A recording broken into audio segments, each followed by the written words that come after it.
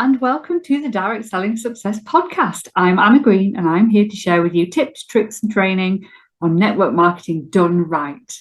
Thank you for listening. Welcome, everyone, to this week's podcast. I am here with a very special guest today. This is Paula Burns, a creative business mentor, which the title fascinates me, absolutely fascinates me. So would you like to give everybody a little introduction into who you are and what you do?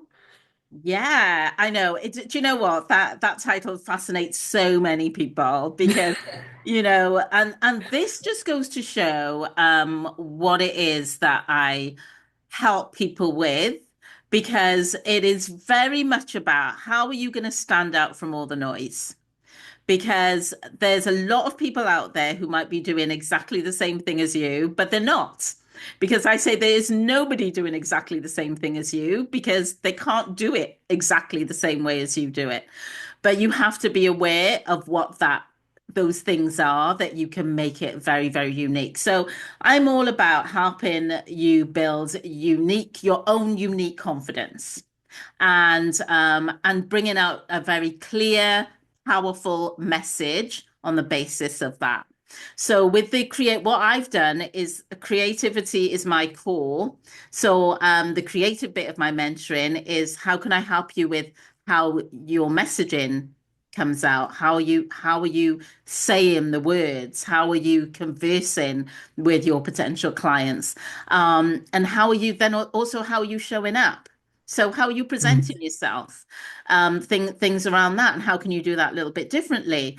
And also, to do with the offerings, what are you offering your client? How can you, or your customers, how can you make that a little bit different than everybody else is doing? So can you package that up in a different way? And when I say package, I don't mean physically package. I mean as in, right, this is my offer, and you've offered it in a different way to everybody else. I've got some examples of that, but I don't want to go on and on unless you ask me some questions.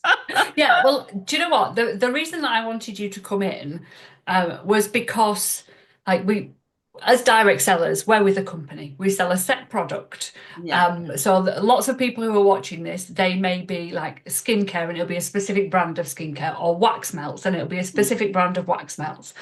And a lot of people feel like they're competing against all these other people who sell the same absolutely. thing. You're shaking your head. I know exactly what you mean because I say exactly the same thing. Yeah, Um, but it's not about the product. People buy people. they do. And and this is what I think that you can really help my audience understand. Mm, And mm. especially when it comes to that being different from everybody else, why should people buy from you Uh, as a skincare specialist or yeah. somebody who sells wax melts to somebody who does exactly the same thing on the same street as you? Yeah, exactly.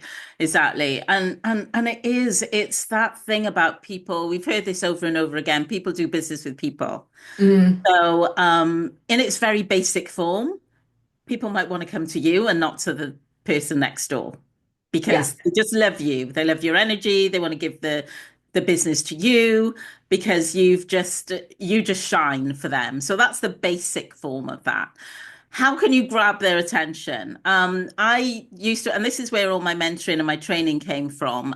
This side of my business is I used to run events for small businesses, like the types of businesses that you work with, or just independent traders. I used to run those events for people to promote and sell. Now, this is a great example of me thinking outside the box and be very, very different. I saw, and this is what I help people do, because it's not always easy to see. I say to people, I see things that other people don't. And that doesn't mean that I'm seeing ghosts or anything like that. You tell me something, and I'm like, have you not thought about doing it like this? And they're like, what? And it's a completely different way that nobody else is doing it. And what I did with these events is that I was at the time, I was my partner, he was involved in stalls and doing market stuff and, events and things like that. And so he was very much linked to a lot of independent traders and all of that. And I was finding that the types of places, and that's how I found out that there were so many talented people out there, people who were selling things that I thought, oh my gosh, this is just wow. But the types of places they were selling at were church halls, community Mhm. centers, just really places that nobody had ever seen them, they were just really dead. I'd go along to these events and say, this is wasted talent. Why aren't people seeing this? So I could see there was an issue there.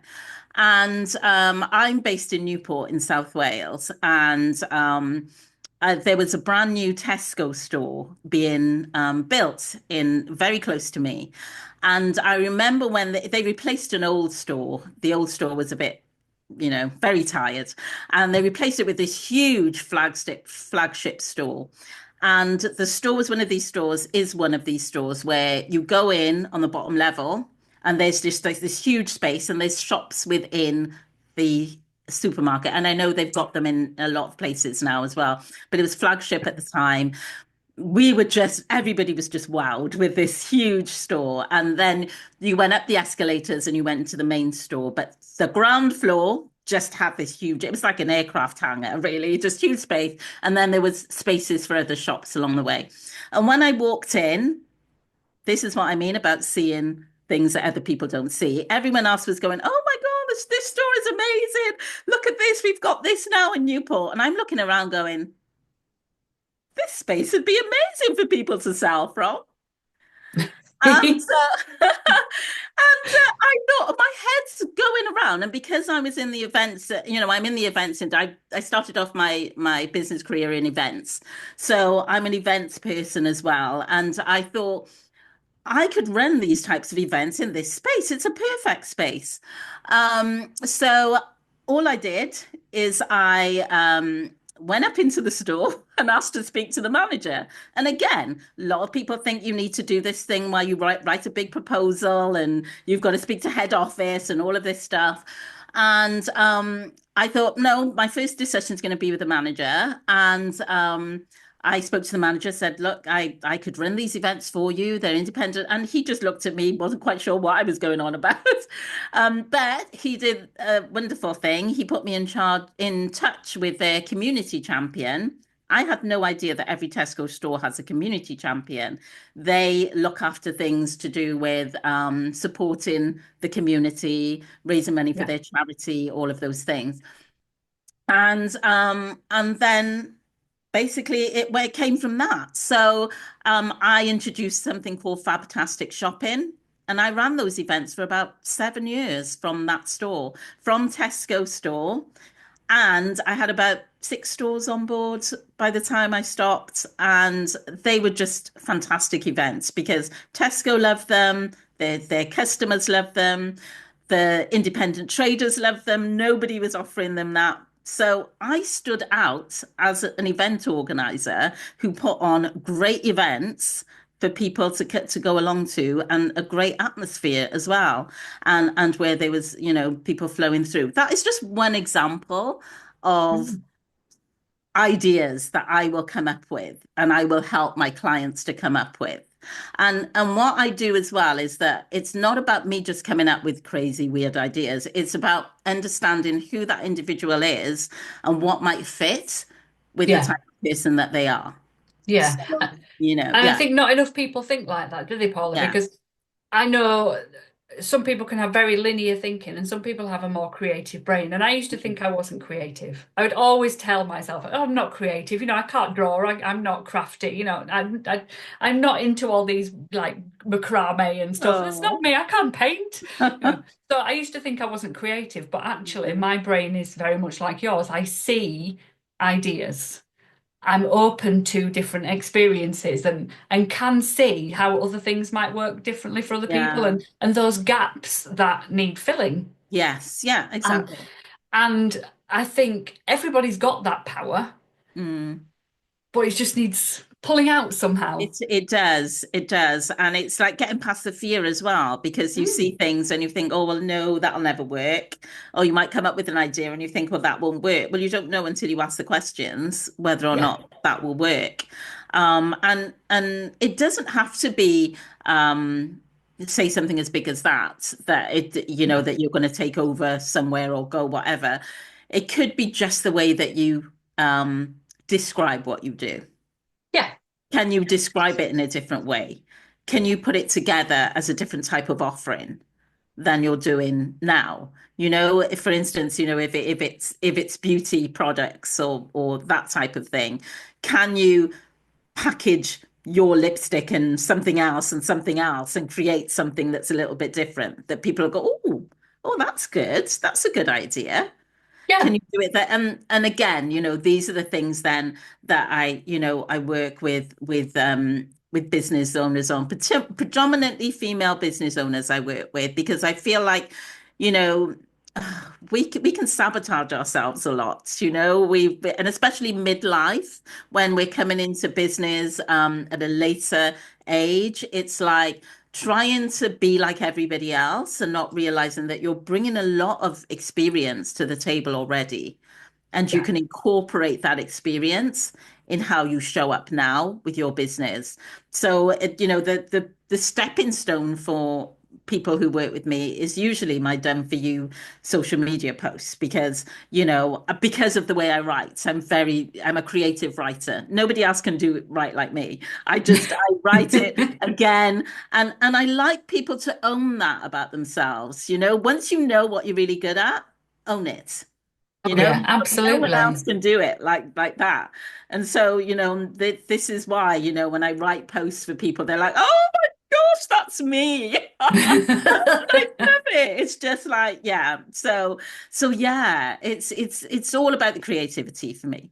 Yeah. So talking of that, oh, that's so me, in your social media, I know that a lot of people in direct sales can fall foul of the posts and the ideas that the company put through to Yeah. advertise the products. Mm. And I know that if you want to get your messaging across on social media and stand out from everybody else, is that you have to be unique. You Yeah. have to show you, because people have to build that like, know, and trust with you. And that is so difficult. Can you give us some tips on how you can stand out as you on social media? Yeah. Well, I mean, we talked about this earlier, that first things first, your foundation has to be, you have to understand who you're talking to. Yes, absolutely. Yes. So Yeah. who your potential client is. And I don't mean, when you do this exercise, I don't mean, oh, that they're female. Because a lot of times Female, 30 to 55, lives in a semi-detached house. Oh no, my goodness me. no, we need more than No. that. You need to Oh. put more depth into it than that. But the more depth you put into it, is the easier it becomes to write your posts, because you're Yeah, actually speaking to a specific type of person. So when you understand who that person is, you understand where they show up, how they'll be feeling, what kind of experiences they might be going through. And so that helps you when you write your posts, because you've got a whole host of things to write about. If you're thinking about a specific type of client, you can say, you know, oh, did you go to the coffee shop this morning? How were you feeling? Did you feel, you could start your post by saying something like that, because that type of person would do that. Or, mm, you can talk about, something that you watched on TV recently, and, bring it back to your product and how it suits. If you were talking about lipstick, for instance, it could be, you watch something on TV and you loved the color of somebody's lipstick, and you ask people, well, what did you think of that? We do something quite similar. Do you think it's similar? And again, it's bringing life and quality into, the post. It's not just yeah, saying, this is what I sell, buy it. This is yeah. how much it is, buy it. You're actually putting some story around it as well. Yeah, and letting people get to know you and what you stand for and how you Yeah. talk, and I think that bit is missing from so many people's Mm. social media across my industry, the direct selling Yeah. industry, Yeah. because it's something that is not very easy to do. No, it isn't. It isn't easy to do. And I totally get it, which is why, I offer that service. But also there are sound bites and things that people learn because, like I said, I share those tips as well. It's Yeah. what are some of the starting sentences that you can use? How could you Yes. end a post? How can you give it a cliffhanger? What Yeah. we would call a cliffhanger. Want people wanting more. How many ways can you say buy my stuff without saying buy my stuff? Yeah, You and know? that's what social media is looking for right now, isn't Yes, it? Those exactly. types of posts, and I think all it can take sometimes is a big brainstorm about Yes. what you've got, how it helps people, Yeah. and looking at what other posts you see on social media and thinking, well, actually, I quite like the way that one's been worded. Yeah. I Yeah. could do something similar with I know. with what I sell, Mm, and that would create some intrigue and interest around what I'm doing, yeah. rather than that whole, oh, this cleanser's £20. But it's also, again, it's coming back to this thing that you have to be sold on it yourself. You have to be so Mm, connected with it. So whatever it is you're saying, you have to feel it. I always say, confidence, your self-confidence isn't something you can learn. You have to no. feel it. And so, that's why I always start with, let's find out about you. Whoever I'm working with, I always ask all these questions, tell me about you. And I ask all these key Yeah. questions about them. That's the only way that I can really sort of dig deep and work with them and move them forward. Mm. Because some people have to be reminded who they are. Oh, yeah, absolutely. And I think a lot of people go into direct selling with a lack of confidence Yeah. anyway. They go in because, they love the product, so they're not business owners. They don't really like talking about themselves. A lot of No, people don't like talking about no. themselves. And showing up as on social media where all your friends are as a business owner, that's Mm. that's quite a scary thing for somebody to do. The hard thing. It's It like, is. yes, you're looking around at everybody else, and especially when you're new, that Mm, is hard because, but there's something Brené Brown said, and I don't know anybody who's listening to this and they've heard of Brené Brown, or if you haven't, just go and listen to some of her talks and stuff. And one of the things she said in one of her talks was, don't take feedback from people in the cheap seats mm, yeah, because you will realize that the people who have got something to say or negative stuff to say about you are the people that actually aren't doing anything. yeah. And, they're just watching from the background and going, oh, that'll never work. Oh, look at her doing that, whatever. So Yeah. I know. And I know that's not easy to do because especially when you're just walking into that space and everything and you've got all those people around you, I know it's not easy. It's not something you can just switch on. But it's about remembering, always, reflecting back and remembering why you're doing this and why you're so passionate about it, why you Yeah. love doing it, and all of these things. And again, it'll take you back to that place where, why are you doing it? Are you doing it because you love it? Do you love the products? So do you really love the products, or are you just doing it because you've heard that this is something's going to make you money? You know? Yeah. Yeah. Yeah. And you can tell the difference between people who are really in this because they absolutely love what they do and what they sell, Yeah. and those that don't. And Mm, I think um, it's a massive learning curve. it is. Yeah. Yeah, it really is. So, one thing that I did want to ask you was, we talk about messaging an awful lot. We talk, getting your messaging right. Yeah. What does that mean? I mean, why is it so important to get your messaging right? It's a big question, I know. Yeah. In the simplest form, it's how you're going to attract attention. That's the only way that you're going to attract. I say, when people say to me, "Oh, I'm not making sales," they think that that's their biggest problem. Your Yeah, biggest problem isn't that you're not getting sales. Your biggest problem is that you're not getting attention. yeah, You have to grab at there's three stages to get in sales, but before you actually get to the sales bit, you have to grab this attention. I used to do this in training with the people who did the stalls with me in my events. yeah, And I started off with the training and we used to go through these processes. And I said, the first thing you have to do is to attract um, attention. So people are walking by, they've got stuff, they're doing stuff, they're busy. They may see a load of straws in the side of their eye, but if you haven't got something that's going to drag them in, then they're just going to keep walking. So if you're there physically, I used to talk about how are you displaying, and Yeah. I call it your big shiny object. What is your big shiny object? It's not Yeah. literally a shiny object, but it's something wow that's right in the middle of your display.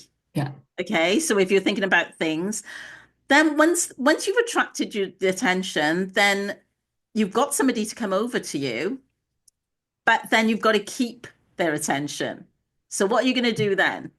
How are you going to connect with them? How are you going to express what you love? How are you going to showing your passion about it?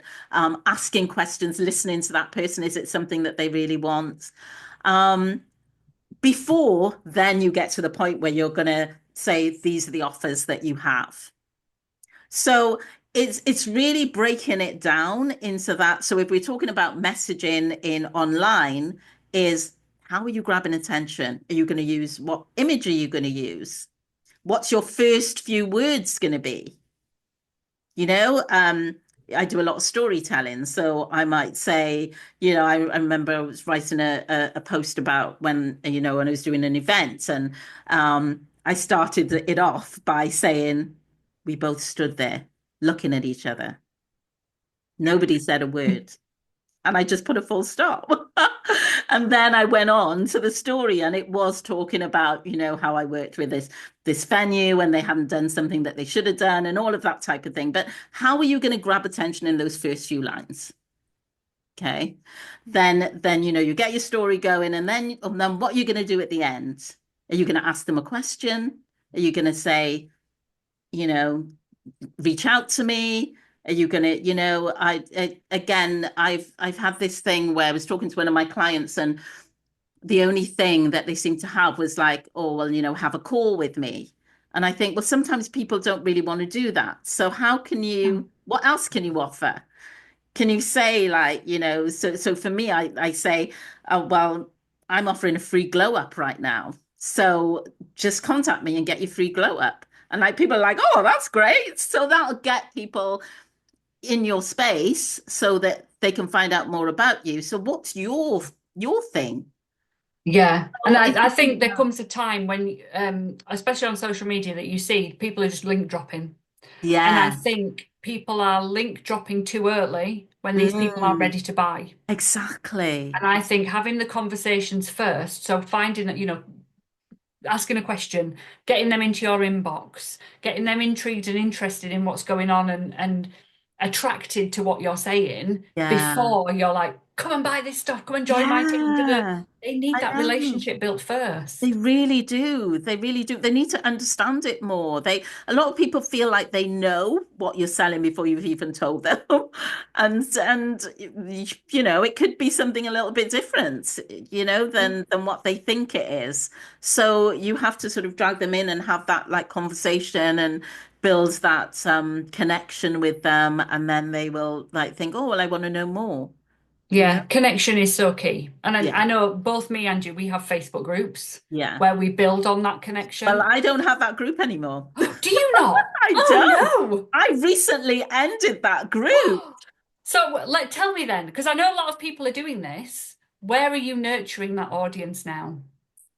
I found that it's working. I mentioned my glow ups, and I found that that is working so well for me. So you're Um, posting and then conversations in DMs. yes, Yeah, I'm I love just it. finding, and I think again, find what works for you. The community thing Yes. worked for me. I started it back in 2019, so it's a long time. I Mm, had that group, for a while.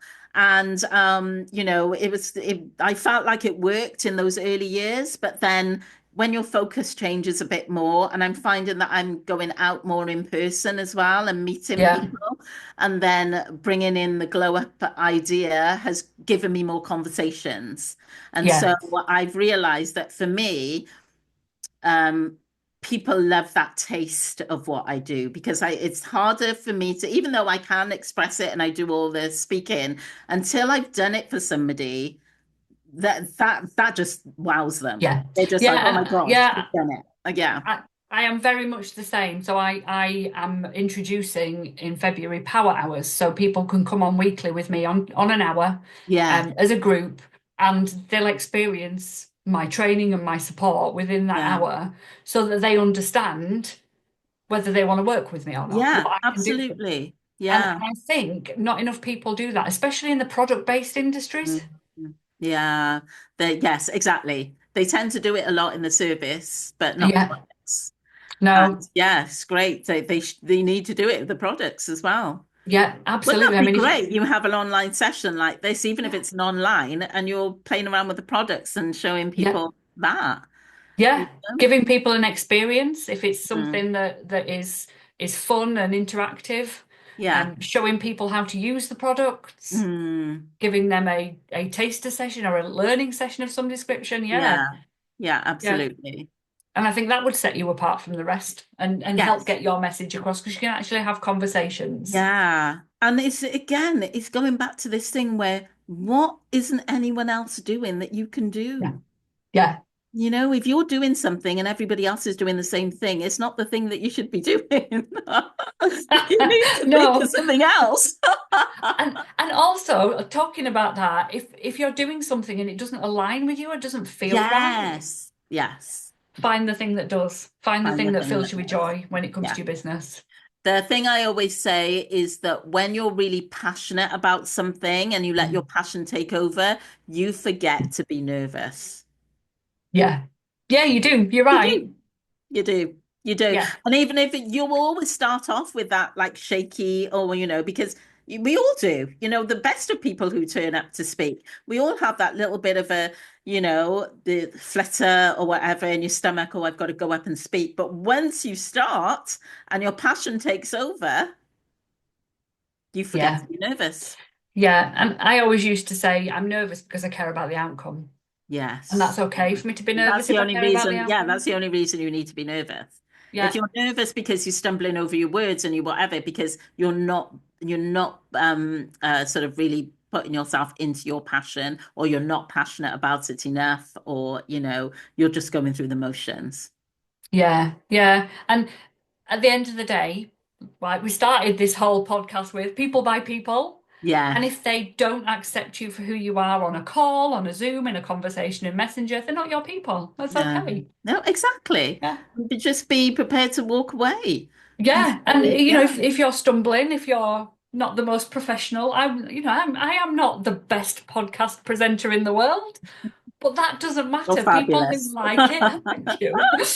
People who like what I do and people who get who I am will Yeah. listen. They're the important ones. The rest of them, jog Yeah. them on. Yeah, exactly. Because all you would be doing is sort of you're wasting energy trying to get somebody on board that doesn't really, Yeah, gel with what it is that you're saying. And again, not everybody needs what you're selling or what you're offering. So yeah, be at peace with that. yeah. As much as you think it'll suit everybody. Yeah, I know.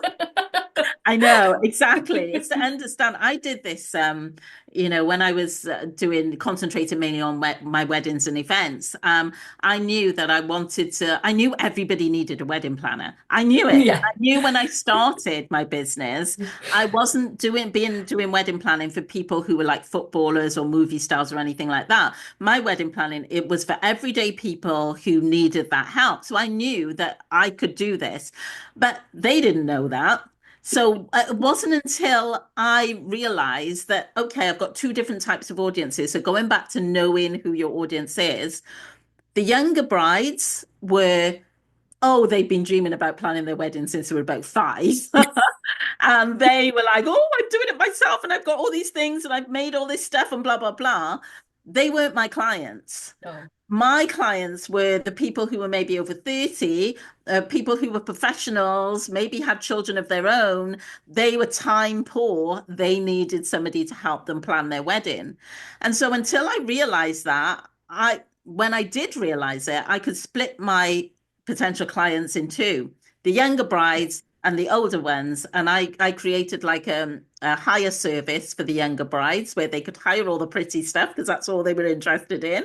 And I didn't push any planning with them. And then I could just focus on the planning for the older brides. So that's why it's so important to understand, because otherwise you would just be pushing against a brick wall all the Yeah. time trying to sell. And I was getting exhausted trying to sell to these younger brides, thinking, why didn't they get it? Yeah.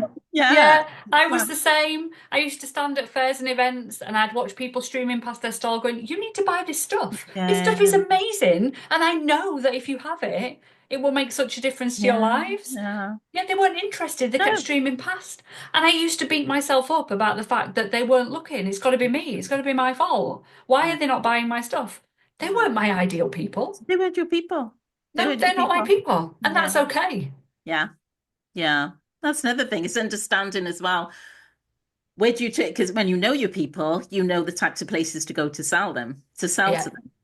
Yeah. Where are they hanging around online? Where are Yeah, they hanging around in your local community? You know, exactly. the difference between going to a little village church fair and or going to a shopping event, a pamper evening, Yeah, ladies' night. There's exactly. little craft market. Is a little craft market Yeah, with all the little knitted gubbins something where yeah, you want to be? yeah. Probably not. I know. I know. Yeah. This is it. It's just really just thinking it through. Yeah, And it is. Totally. it stops making, we can then stop making it so hard for ourselves. Yeah. Yeah, absolutely. Oh, thank you so much for being on here, Paula. You were welcome. I've loved it. Oh, good. Will you tell everybody where they can find you online? I will put the links in the show notes underneath, but just Yeah. a quickie. Yeah, you can find me on my profile, on a professional profile on Facebook. So that's where I'm most active. So just look for Paula Burns. You will find me. There's a big cover photo on there, with, the fact that I'm a creative business mentor and what I help you with. I am on Instagram and LinkedIn as well, but mostly you will find me on Facebook. Yeah, and you're like me with a very popular name, so we'll make sure that your picture is in the show notes Yeah, as well. yeah, absolutely. Just search through the thousands of Paula Burns. Oh, you'll find me. You'll find Oh, me. I'm sure. Thank you so much. Oh, We'll you're see you soon. welcome. Thank you. Thank you for having me.